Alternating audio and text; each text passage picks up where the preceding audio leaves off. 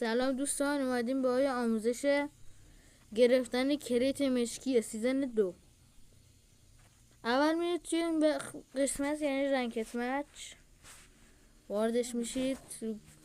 بعد میاد اینجا، باید شما بعد میزنید وارد این قسمت میشید، میذارید رون. بعد اینجا 3 تا گزینه هست.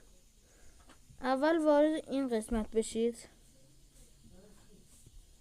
باید حتما اینجا باید بنویسید 6 از 6. هر سیزن به شما یه دونه از این کارتا بهتون میده، باید 6 تا باشه که بتونید بگیرید. حالا به جز این شرطش چیه؟ وارد این قسمت میشید، باید 6 بار رنکتون رو لجند کنید. رنک بتر یا رنک بتر یا رنک مورتی، یا اگه مثلا رنک مولتیتون رو چیز کنید 10,000 هم کنید بازم حساب میشه، یا رنک بتلتون.